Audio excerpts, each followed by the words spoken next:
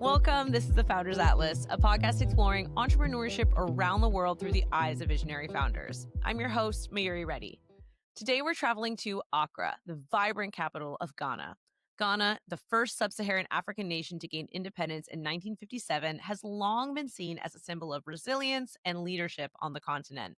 Greater Accra today is home to 5.5 million people, and remarkably, more than 2 million small and medium-sized businesses. That's an astounding ratio, showing just how deeply entrepreneurship is woven into daily life there.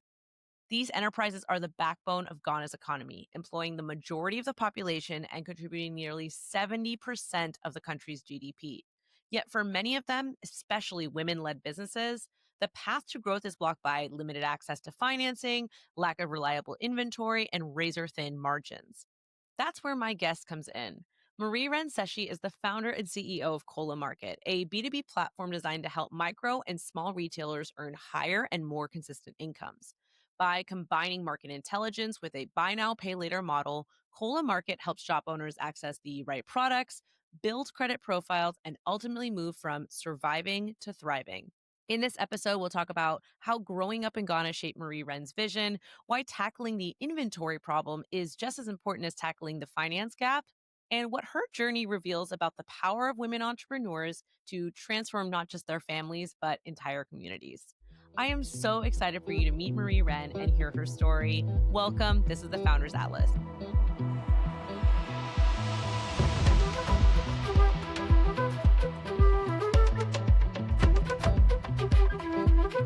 Hello, everybody, and welcome to the Founders Atlas. Today, I'm so excited to have Marie-Reine from Kola Market. Marie, it's so great to have you. Thank you so much, Mayuri. I'm very excited to be here. So for our listeners, can you share a little bit about what is Kola Market and what is the problem that you're looking to solve? Sure thing. So Kola Market, it's basically a B2B platform that's designed specifically for micro, small, and medium enterprises.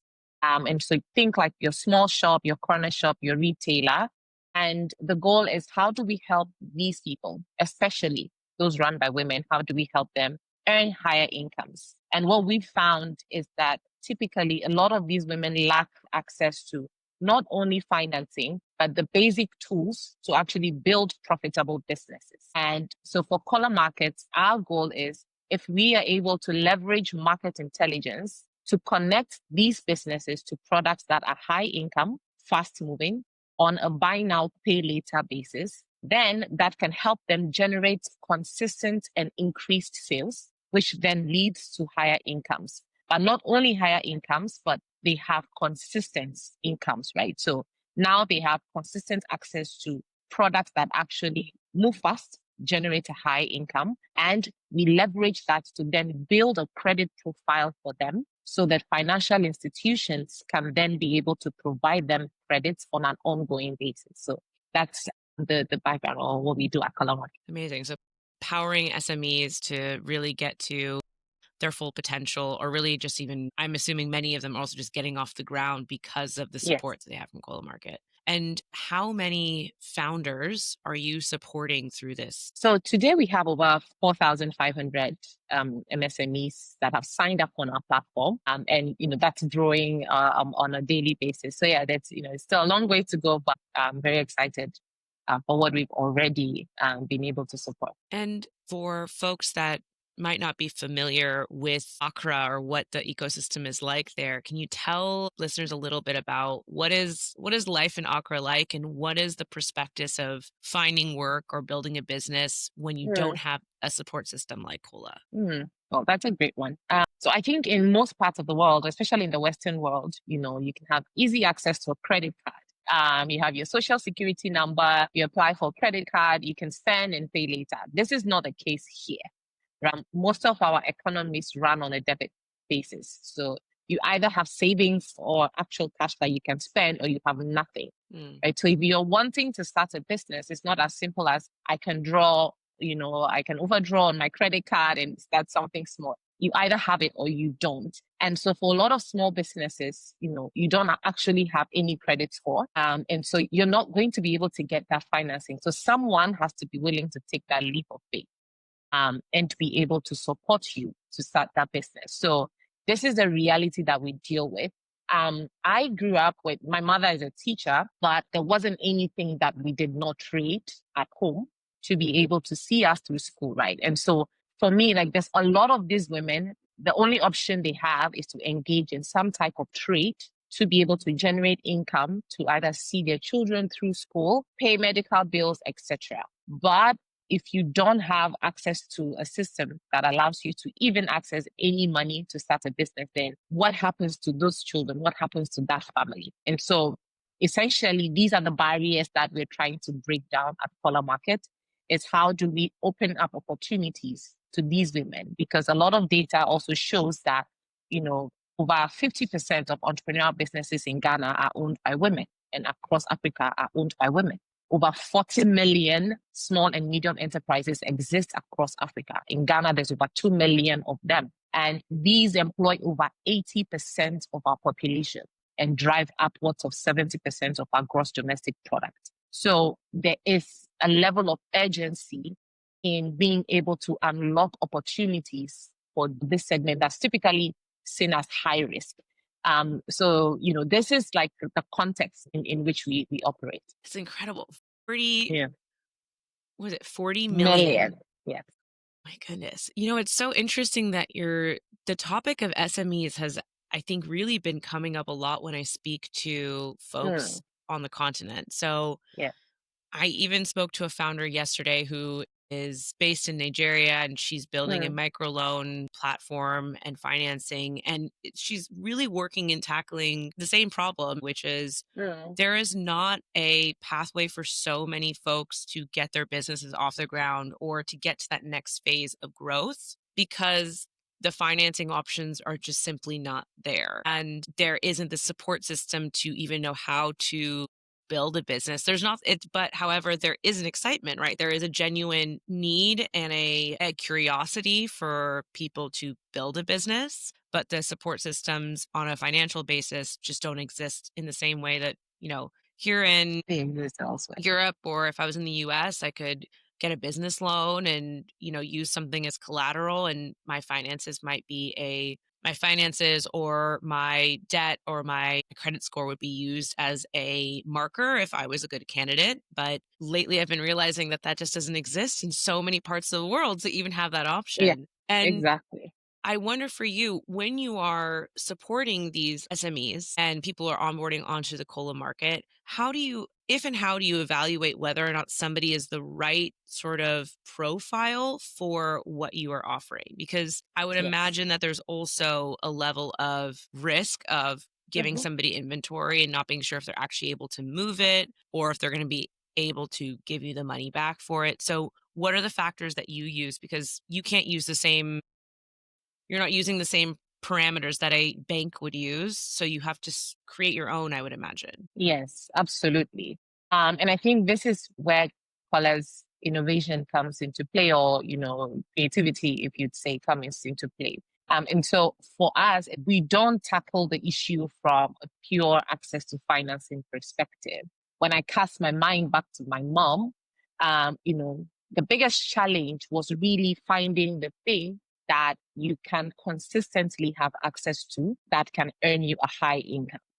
Now, if take like Amazon, right? Amazon has tons of data, and Amazon can easily tell what's going to sell out this week, what's going to be a bestseller next month based on all of that data. People like my mom don't have access to that level of rigor. And so it's always a game of trying to figure out testing and, discovering, testing and discovering. And so for us at Kola Market, the foundation of everything that we do is that intelligence. And so we take on that job of understanding, if you are in Accra, what are the likely products that will sell fastest, that will generate you a higher income? And so our job is, let's remove the guesswork from all of this. And let's introduce a level of almost certainty when you are trying to start a business or you're already running a business, a level of certainty into your product selection process. So you're not just, when you come to Kola Market, you're not having access to just inventory. You're having access to inventory that has been vetted and is more or less guaranteed to sell out within a specific time frame in your shop. So the essence of what we're building really is this intelligence. Because for me or for us at Kola Market, this should not be the preserve of only very big businesses, right? Yeah. These businesses generate tons of data on a daily basis. And so for us, it's how do we harness this data and be able to use that to give it back to them in a way that effectively de-risks them, right? So this is why we don't give cash and why we must finance inventory, because we need to ensure that, that financing is going towards things that we have vetted that are guaranteed to sell and also generate a higher income for you. So this is our primary way of de-risking. And then, secondary is us, we engage you, and I think the beautiful thing about Kola Market is that we know the challenges these women face, which is getting, even if you have access to financing, you now get stuck with inventory that's not selling. And so for us, it's how do we make sure those things don't recur? So the secondary layer is that even if you stock the products and we have a time frame that we use as a check to make sure that we can determine if this product is good enough. And so even if that product is not moving fast enough for you, there are other businesses who would want that product to sell. And so we reallocate the inventory within our ecosystem. And so you don't get stuck with something that's not selling. You still have to pay the interest, etc. And so fundamentally, this is what we do. I always say kind of like the financing is the icing on the cake, but the cake itself for us is the intelligence that powers all of this. That's such a smart way of also supporting that ecosystem to get people to go back in, right? Yes. I love that. Shifting the inventory so that somebody who's really actually needing it is taking it from somebody who can't move it. What inspired you to start this? I know you obviously mentioned that your mom was a teacher. My mom is also a teacher. And she also became a business owner at a certain point when she started her own school. And even then, as a kid watching it, I watched as she did not know what to do first, but then figured everything out, like all women do. And I'm just curious what inspired you to go on the pathway from what you were doing before. Maybe you can share a little bit about your journey of what your career was before to getting to the point to become a founder of Kola. Yeah, thanks. It's a bit of an emotional why, but I think I was always working towards being in a space to effectively, practically help small businesses, especially women-owned small businesses. And really it all started with, again, my upbringing. While I witnessed, my mom figuring out what do we sell, how do we sell it to be able to support us, I also saw every other woman around me do their best each day to be able to support my friends who were my neighbors. And so I also grew up in an environment where my mom was very big on helping. And so and we were on a school campus. Outside of the school campus was also a different world of a different income group of people. So, we were not wealthy by any means, but there were, you have the lower middle income, you have the upper middle income. And so I could see that dichotomy. And so I always wondered how much more can we help, because we don't even have the money to be able to help all of these businesses. And so I always wondered, what can I do to help all of these people who are my friends, who are my neighbors? How do I help many more of these people so that their mothers, their fathers are able to see them through school? They're able to afford basic livelihood. And so this has always been a thought process for me. And so in my undergrad, I studied economics and French because I felt I wanted to be able to understand economics. I wanted to move into policy so I could in some way be able to effect policy in a way that helps all of these people. And I did do that. I joined a policy think tank after my undergrad. But for me, I grew up, doing. And so I was like, this is not the kind of impact I imagine. I want something tangible that I do when I see the result, not only ending up on like a blog somewhere and only the elites get to read and understand. And so I moved on from there into the banking sector. At the time, this was the sector that was supposed to drive growth in the Ghanaian economy. And I was like, okay, this would be a perfect place to really understand where does the money come from, where does it go, and see how I can be impactful in there. And I guess everything aligned well for me. I was in a team of relationship management, which meant that we're supposed to help small businesses access financing with the bank. I spent 2 years almost with a zero assets because I couldn't get those small businesses approved for loans. And that was very devastating for me. But what I did do was, again, it's always because I always have that innate desire. I just spent my own time trying to understand what is it that is wrong? What is the bank looking for? How can these businesses get there? And so I ended up just building a very simple cash flow management tool. And at the time, there was also an economic situation in Ghana. At the time, I was working with businesses in oil and gas. And there was an economic situation in Ghana that demanded that many more of these fuel retail outlets have access to fuel to power the country. And because of what I had built, my team ended up being the one to manage this thing for the whole country. And me specifically ended up being responsible for that. And it was very simple. What a crazy, Yeah. crazy how that happens. Wow, it's incredible. Yeah. So it was just something very simple, which was that spend time to understand what makes them default. And so one of the things I realized was most of the time they were taking more volumes than they could sell within a given period. And so they were defaulting with their suppliers, and suppliers would stop giving you product when you're defaulting.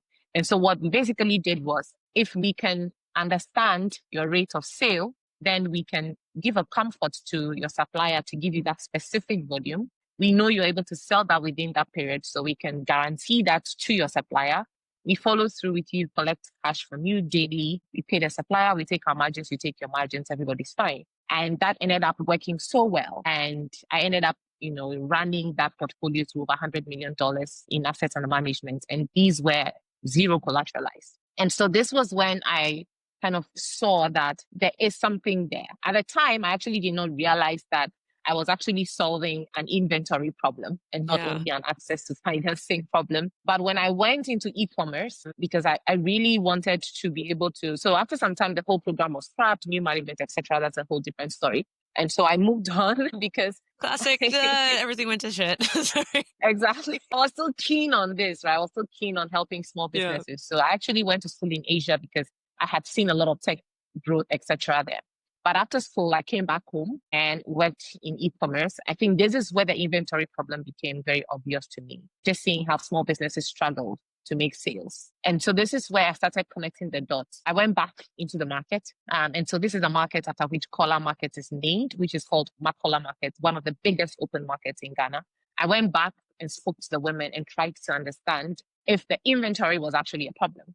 And so my first question was, hey, if someone wanted to give you financing, if I wanted to give you financing, would that help your business? And an astounding number of them were like, yeah, I want financing, but I would not take it because even if I don't sell, you would still charge me interest, right? And I said, yes. And consistently across the board, they all said, what I really want is I wish there was a way I could generate consistent sales. Then I would easily be able to use the financing that you give me. And so this was kind of, and even when I say it now, I have chills because it's like, for me, it always reinforces what we're building, no matter how difficult it is. Yeah. And so that reinforced for me that solving the inventory problem really is, in my opinion, is what will empower these women, even financially. Because if I go to borrow and I end up investing it in different things that are not selling, there's suppliers knocking on my door to collect their monies. It's also a thing about dignity because now I don't have the money to pay. I'm being harassed all over the place. And so this really kind of cemented it for me in terms of let's solve the inventory problem, and that will help us more easily solve the financing problem. So this is how I ended up starting Kola Markets and where we are today. Wow. That is that's so cool. I mean, was thinking through every single part of that story of how you were getting to each phase. And I also, when you were talking about the women you met in the market and how that was what they were telling you, is that they actually just weren't able they weren't sure what the next month would hold. I thought of so many, that's actually, I think, the biggest challenge for any small business owner, right? There is no consistency. You don't have this shared knowledge base because you might be on your own, or you're a very small crew of people running. And I imagine that that's quite a universal problem, not just something that you're seeing in Accra. Exactly. Actually, I know for a fact it's not just a problem in Accra or in Ghana. It's a global issue. It's something where these big brands, their greatest asset actually isn't their product, right? There's no difference in the quality of a product you're getting on Amazon versus a mom and pop shop around the corner. But their margins are better. And also, they have data about which exact product people are looking for. And that is what leads to these smaller businesses struggling. Now that you are working with businesses, and is there any benefit of working with Kola if somebody wants to get greater financial backing? Did that make sense? Yes. Okay. Okay. Okay. Yeah. So I think from my experience being in the banking sector, I think the main thing for any financial institution is I get my money back. Yeah. Right. With And interest. so exactly, I get my money and my interest back. And so for us, one thing that we are very adamant about is when we are even financing, when we're giving you the buy now, pay later, we are very strict on what is the margin on that product. Is the margin sufficient to cover the interest that is required? Because otherwise, you will just be working for a financial institution or working for Kola, essentially. And so this is why a bank would work with us to then provide more financing to these businesses. Because now you almost can guarantee that the business is in a position to pay you because you know that they're going to be buying products with X% margin and your interest is not higher than that margin. So worst case scenario, Kola Market is still able to reallocate that inventory within the ecosystem. And so, it's been less than 3 years since we started and we have just now closed some banking partnerships to provide augmented financing to the women that we work with, right? So that's very exciting. And so yeah, the pathway really is to continue honing in on finding and discovering more products that actually beat the interest rates that banks and other financial institutions would charge, and so that the women can actually take home after they have sold and paid that interest. And so for a bank, it's like I have access to thousands of businesses that are risk-free, essentially. Great. I love this. This is so cool. Do you, now that you mentioned it a couple of times, but is Kola Market exclusively for women founders, or does that just seem to be the larger makeup of the people that are using your product? We are deliberate,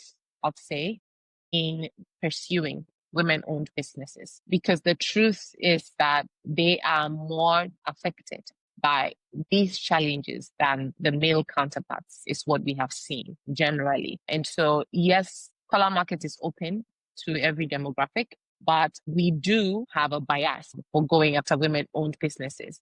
And also, just from my own experience, it is also a fact that when you support a woman-owned business, you're supporting an entire family.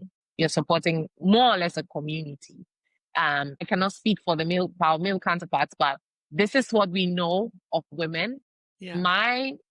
Our mission is not to impact one business, is to impact communities through businesses. And so what is the most logical way to do that? For us, it's through empowering and supporting women-owned businesses to a very large extent. So today, 80% of our customer base are women. And we will continue growing that. Incredible. I want to shift gears a little bit and speak a little bit more about Accra and Ghana and the culture of entrepreneurship, or the culture around being entrepreneurial in your background. So can you tell me a little bit about what the ecosystem is like in Accra to support not just founders like yourself that are building these platforms, but also for these small SMEs? Is there a community? And if so, what are the avenues to which they support one another? Yeah, I wish I could show like a picture of a typical market scenario here. But I'll say like entrepreneurship is more or less in our DNA. Yeah, every single person I know at some point in time has tried something, whether it's a very small business, micro, whatever. And so if you see a typical setup of an open market, in Accra, in Ghana, in anywhere in West Africa. It's a very community-based activity. People watch out for each other. People set up, unions amongst themselves to be able to save and loan money to each other. And so it's really very network and community based. And that's something that's very key to our model at Kola Market is we do well not to disturb the existing networks. And why we chose the specific approach we chose is working with the networks that exist in those communities to achieve impact. So I would say put aside whatever like government programs, etc. The most beautiful part of it is how people, kind of the businesses themselves support and show up for one another.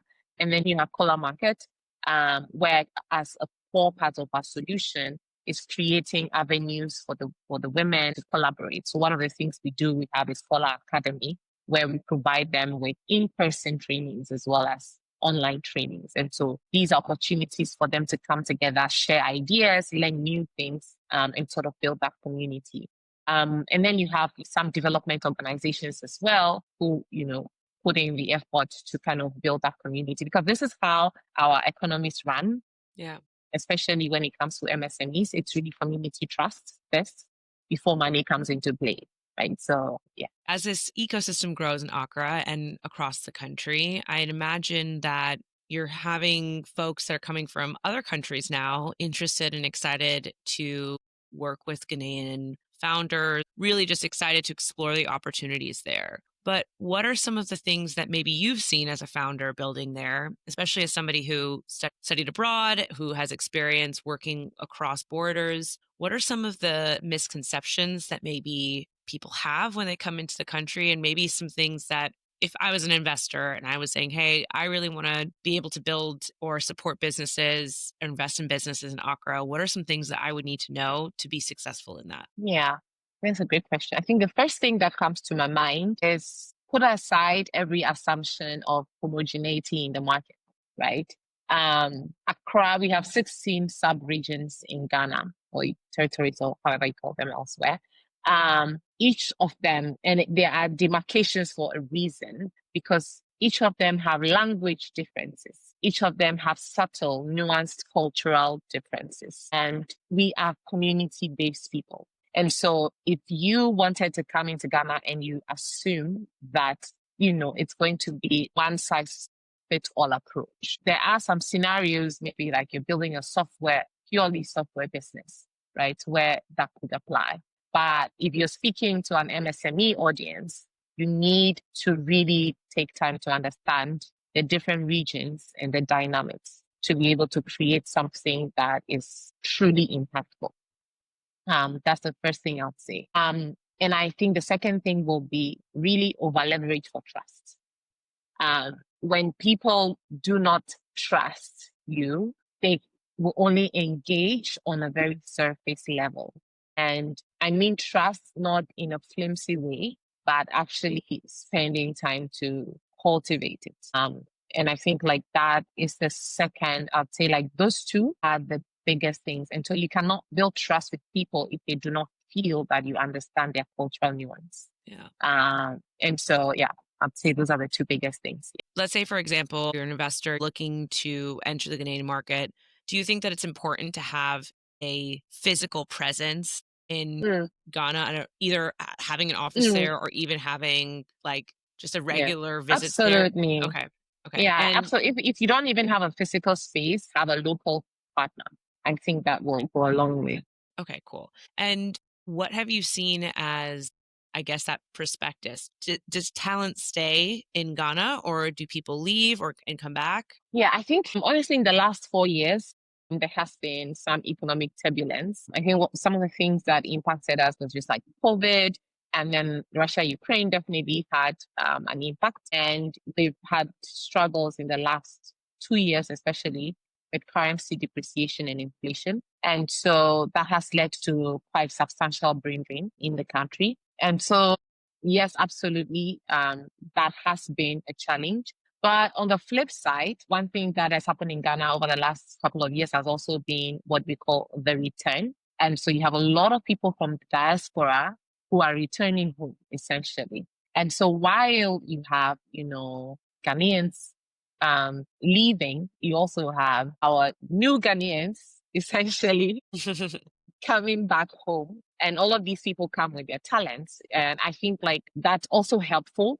because now you have that integration where they pass on their knowledge and their experience from being coming from the US, the UK, Germany, etc. They are able to integrate locally and they start cross sharing of information and just experience, which in my opinion, would make it easier if you're trying to invest in Ghana to find like-minded people, but also local people that can work together to achieve the outcomes that you expect. So I think that's something that I'd say, while we've had a massive brain drain, we've also had a reverse entry that's kind of helping to, make things much better than they would have been otherwise. Yeah, absolutely. And with that, I imagine for you, I believe you did an MBA, right? Abroad. And then you also now have been building this business for the last 3 years, which is a product that can cross borders, right? Right. I can imagine my parents are from India. I can clearly imagine small business owners in India finding value in this the same way that somebody that is in South Africa could find value. So as you're building this and you're also now having more folks that are coming in from international background, Yeah. how does that influence the way that you look at the business, but also what is your vision for how Kola Market expands? What would you like to see it become? Yes. And what are your kind of hopes for the future? Yeah, absolutely. So the vision has always been, again, first Africa and expanding globally. And so one of the things that we have actively been working on and be here first is really how can we leverage generative AI to scale across borders much quicker. So the vision is grand, but for me, it's as grand as the problem, essentially. And just like you said, this is something that a problem that applies across borders. Um, and so for me, the vision is creating more and more partnerships that allow us to quickly deploy our solution around Africa and around the world. I think one of the biggest things I've learned, and I think in our culture, they say, if you want to go far or if you want to go fast, go alone. If you want to go far, go together. And the vision for Kola has always been bigger than whoever is building it today. It's really about the businesses that need support. And so we want to go far and we also want to go fast. So partnerships definitely are the things that are going to help us. So all of the people coming into Ghana are definitely a great source of insights to really understand how do you scale something like this, where you are coming from. And so you've been speaking to people like you, just as much as I know about cultural context here, I know cultural context apply elsewhere. And so being able to partner with people from diverse backgrounds is really going to be key to driving the vision that we have. Our vision is we want small businesses that thrive and are profitable. This should not only be for the large businesses. And I'll leave you one visual that stays in my mind is walking into a shop and seeing a woman sitting in a chair at the entrance and engaging her on inventory management. And she literally tells me, will you believe me if I told you I have been sitting in this chair for 5 years? I've never taken a vacation. I've never taken a break because I'm afraid if I do, my business will fail. And it doesn't get any more, you don't get any more stronger conviction than that. That should not have to be anyone's reality, right? And so, yeah, the vision is simple. Small businesses deserve a chance to thrive, be profitable, and also, build wealth. So this is the vision and what we will continue to drive towards. Yeah. Yeah. That really hit home actually, thinking about that, because I think we live in this world now where, I grew up watching my mom work 12-hour days when she was the first few years of her business. And owned a school, like a Montessori school. So imagine she's with kids all day. I watch my nephew for 2.5 hours and I'm tired. And like, and we've especially now, it seems that we're living in this weird world where there are very wealthy people on this planet. And the assumption is that they are there because they work harder, they have better skills, that they are more driven, that they're more passionate, they're smarter, they're just better. They're better at what they do. They're better at business. I think the biggest reality check I've had in the last decade has just been the realization that effort and hard work and resilience, all these things do not necessarily result in the gains in quality of life that one would expect. Some of the hardest working people on this planet are making no money and are struggling every single day. And some of the richest people on this planet are on Twitch all day and doing nothing that is actually benefiting society in a real way, right? Yeah. And I think that there is such an important role that this plays of really giving people an opportunity to not only survive, but Yeah. change the quality of their life, right? 5 years of taking no breaks. I know that that's not a unique story, right? There's so many people Yeah. on this planet So that many is of their them. reality. That is just the way it is. The idea of a vacation, like, that's not something that they know to do. And we take that for granted, particularly working in, now what is seen as more traditional office jobs or tech jobs where, I can lift my laptop and work from anywhere in the world. That is a huge privilege. And I think that's very important what you're doing because, of course, these small business owners are really actually driving so much of our community, our quality of life, our GDP. Like, Yeah. they really matter. And now that we're obviously, like, you're looking at it from this perspective, I'm curious for you, because this is not just it's very clear speaking to you that this is not just, oh, this is a good business idea and I started it. There's Mm. clearly a passion for what you're doing that's seated in something that's deeper. So this is a question I ask for everybody, but what for you would be success? I would love to understand how you define success and what are the moments in your life where you feel successful? Yeah. That's a good one. Well, definitely, I'm building this with a team. And so my very first point of feeling successful is when I hear how much mission and our vision resonates with team members and how that has driven people's interest to work with us as a business. Because I think the first point is people actually understanding what the problem is and why is it important and why is what we're doing, no matter how tough, why is it important? So I think for me, the first point of feeling successful is when I recruit people and I hear them speaking to other people and they're like, I joined because I believe in what the business is trying to build. I think for me, that's my first feeling of success. Yeah. Um, and over time, I've also come to, at first success would be like, how many women have you onboarded? How many of them are increasing revenues? How many of them are increasing income? While those are our immediate impact goals, what I've also come to see as success is really the resilience to see it through. Like each year presents new learnings, new opportunities, but equally new challenges. And being able to weather those storms and continue to support these women, because again, it's back to consistency for me.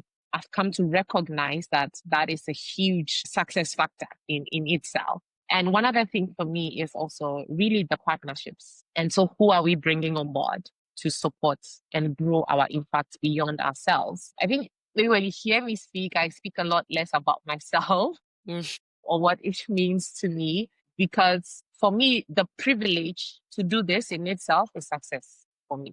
The opportunity to be in a position to bring people together, to bring financing together to support these women.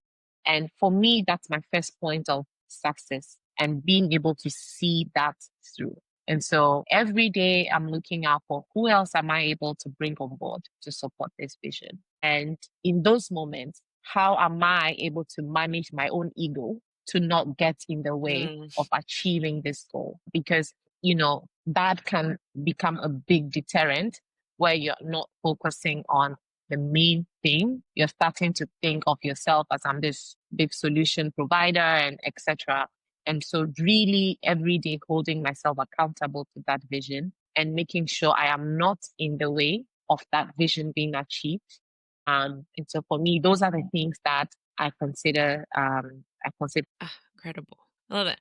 I also love that you also mentioned the ego. I think that that's also a big part of when we look at success is looking at validation from elsewhere, or kind of having our markers of success not be defined by us, but be defined by what we think we're supposed to do rather than what actually fuels us. And I love that bringing people on board that are excited about the journey to what you're building, and knowing that they're actually people that you're also kind of creating a space where they feel really good about their work. Like, that's incredible as well. And obviously driving, I'm sure, the success of Kola to be much, much greater than it would be otherwise, right?